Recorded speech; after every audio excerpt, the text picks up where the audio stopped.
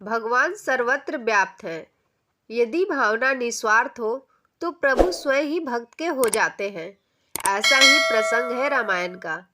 जब भक्त प्रवर हनुमान संजीवनी बूटी लाने पर्वत गए थे, पर्वत की परिक्रमा पूरी करने के बाद भगवान हनुमान ने जैसे ही शीश झुकाया, उन पर आकाश से दिव्य सुगंधित पुष्पों की वर्षा होने लगी और दिव्य वादों की कण प्रिय ध्वनि चारों ओर गूंजने लगी।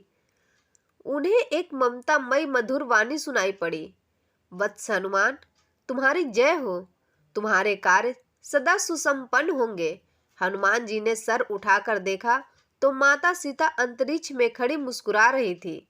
उनका दाहिना हाथ आशीर्वाद की मुद्रा में था। वह आश्चर्यचकित होकर सोचने लगे कि जब माता दुष्ट रावण की अशोक वाटिका में थी, फिर वह यहाँ कैसे है। पर सीता जी वहां से तत्काल अंतर्ध्यान हो गई और उनकी जगह भगवान श्री राम प्रकट हुए। अब तो हनुमान जी और अधिक चौंक गए। हनुमान जी कुछ और पूछते, तभी श्री राम अंतर्ध्यान हो गए और उनके स्थान पर लक्ष्मण प्रकट हो गए। आश्चर्य के कारण हनुमान जी की आंखें बंद हो गई।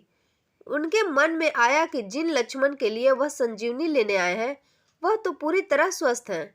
फिर कुछ क्षणों के बाद जब हनुमान जी ने अपनी आंखें खोली तो भगवान शंकर को वहां खड़ा पाया। तब पवन सुत के हाथ स्वतः जुड़ गए और उन्होंने श्रद्धा पूर्वक शीश झुकाकर अर्धनारीश्वर को प्रणाम किया। भगवान शंकर उनकी परेशानियों को समझ गए और मुस्कुराते हुए बोले, पवन सुत, आश्चर्यचकित क्यों हो रहे हो।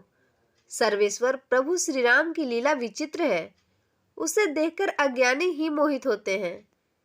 तुम तो ज्ञानी नामाग्रम्य बुद्धि वरिष्ठम हो। अपने मूल स्वरूप को याद करो। जो मैं हूं वही तुम हो और जो तुम हो वही मैं हूं। तुम में और मुझ में कोई अंतर नहीं है। तनिक सोचो, संपूर्ण सृष्टि की उद्भव स्थिति संहारिणी जगत जननी आदि शक्ति सीता माता को कौन दुष्ट छू सकता है। और फिर लक्ष्मण किसी राक्षस के प्रहार से मूर्छित हो सकते हैं भला। यह सब प्रभु श्री राम की लीला है और उन्हें मर्यादा पुरुषोत्तम की भूमिका का निर्वाह करते हुए संसार में मानव जीवन का आदर्श स्थापित करना है।